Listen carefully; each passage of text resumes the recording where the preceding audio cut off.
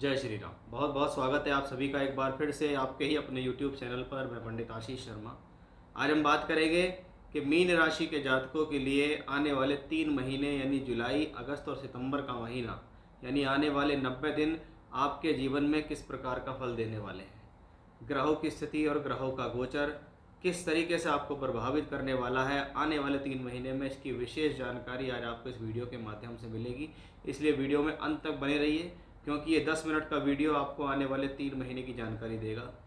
9 ग्रहों में कौन सा ग्रह कब राशि परिवर्तन करेगा, कौन सी तारीख बनेगी आपके लिए बहुत खास, कौन सा समय आपके जीवन में ऐसा होगा जहाँ से आपके जीवन में करियर में बेहतर स्थिति हो सकती है।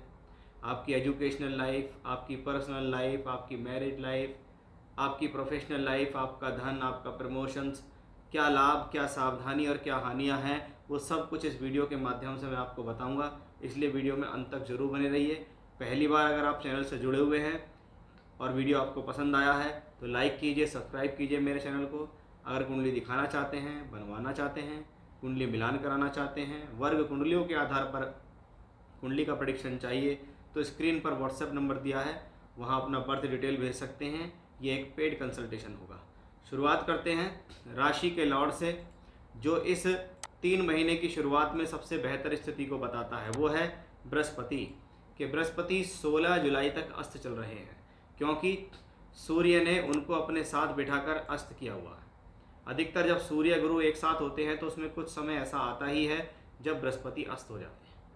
अब बृहस्पति की इस राशि से 16 जुलाई को सूर्य देव यहाँ से निकल आएंगे, तो बृहस्पति के ऊपर अस्त होने का प्रभाव ना के बराबर ही हो जाएगा। और जैसे ही वो अस्त होने का प्रभाव कम होगा तो क्या बात है कि राशि का मालिक अगर अस्त हो तो उस दौरान हम जो कार्य कर रहे हैं उन कार्यों के अंदर हमें पूर्ण सफलता नहीं मिलती, या यह भी कह सकते हैं उन कार्यों के अंदर हमें विलंब होता है, क्योंकि बृहस्पति दशम भाव का मालिक भी है और दशम भाव को वापस देखता है। तो अगर कोई प्रकार का कार्य रुका हुआ है या अटका हुआ है तो उसके अंदर तेजी आने की स्थितियाँ 16 जुलाई के बाद बनेंगी। आपके काम बनने 16 जुलाई के बाद होंगे। आपकी प्रोफेशनल लाइफ यानी आपका नौकरी हो या व्यापार हो, ये सब 16 जुलाई के बाद आपके जीवन में एक अच्छी स्थितियों की तरफ जाती दिखाई देगी।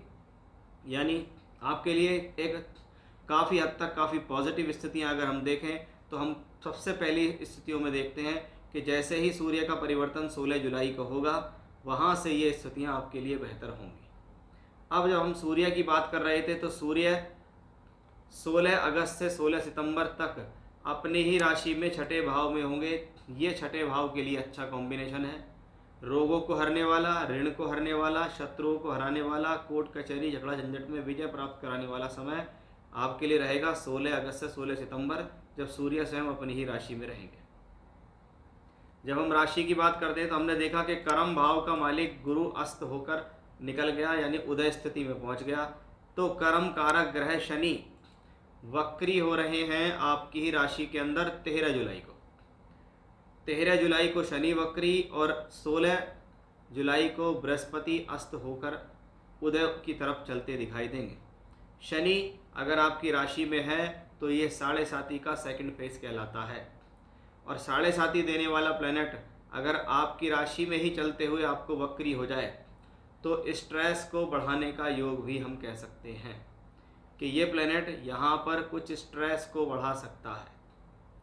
हालांकि क्योंकि शनि वक्री हुए हैं तो कार्य क्षेत्र के प्रति आपकी लगन, आपकी तल्लीनता और आपकी मेहनत को ये दुगुना करने में सक्षम है, क्योंकि ये आपकी राशि आपकी लगन के ऊपर विराजमान है, इसलिए ये आपके एफर्ट्स और आपकी मेहनत को बढ़ा देता है। वहीं शनि की दृष्टि भी दशम भाव पर आती है तो गुरु की दृष्टि भी दशम भाव पर आती है।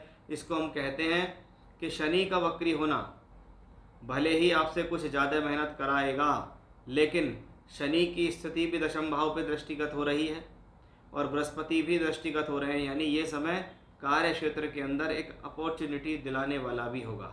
लेकिन क्योंकि जब शनि वक्री होता है तो हम कह सकते हैं कि इस दौरान कार्य कुछ स्लो होंगे, कुछ देरी से होंगे, थोड़ा मेहनत ज़्यादा होगी, लेकिन रिजल्ट भी उसका आपको पॉजिटिव ही प्राप्त होगा। तो ये एक बहुत अच्छी स्थितियाँ हमें शनि ग्रह से भी पता लगी हैं।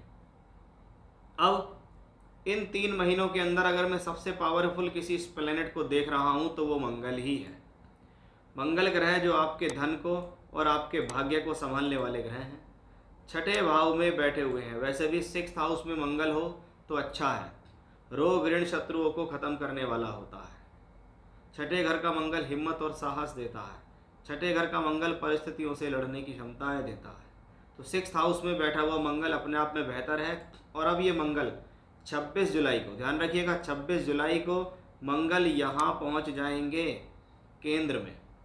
धन का स्वामी बैठेगा केंद्र में, तो ये समय धन के लिए अच्छा, क्योंकि वो धन भाव को वापस देखेगा। भाग्य का स्वामी आ जाएगा केंद्र में, तो ये स्थिति भाग्य के लिए अच्छी है।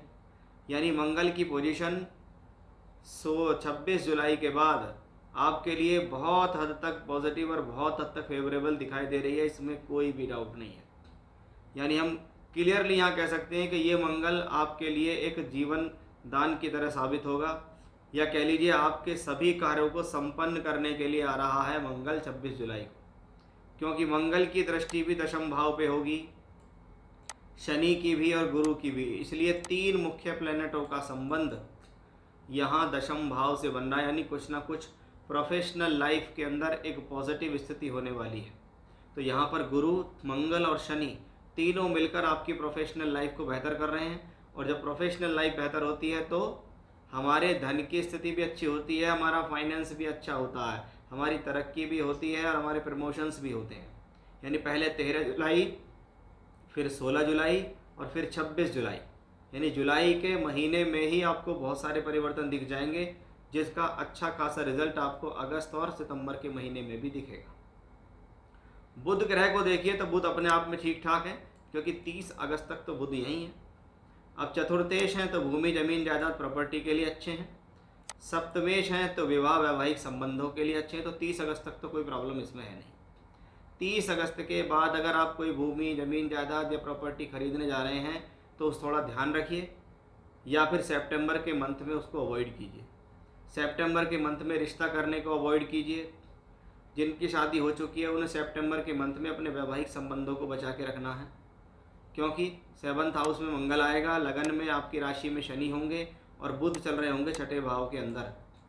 इसलिए थोड़ा सा सितंबर के महीने में विशेष सावधानी आपको यहाँ रखनी ही पड़ेगी। शुक्र ग्रह इस पूरे 3 महीने में बेहतर स्थितियों में है। पहले 26 जुलाई तक शुक्र स्वराशि में है, तृतीय शुक्र तीसरे ही भाव में है। इस भाव को वो बली करते हैं।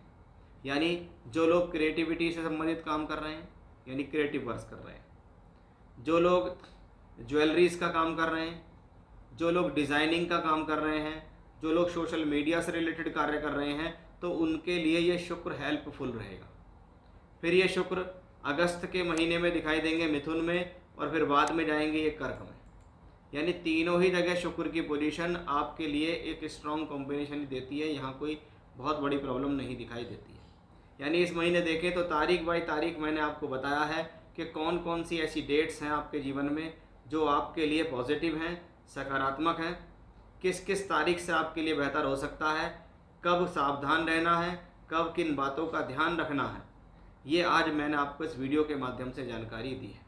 तो ये था मेरा आज का विषय कि मीन राशि के जातकों आपके लिए आने वाले 3 महीने जुलाई, अगस्त और सितंबर 2025 कैसे रहने वाले हैं। जय श्री राम।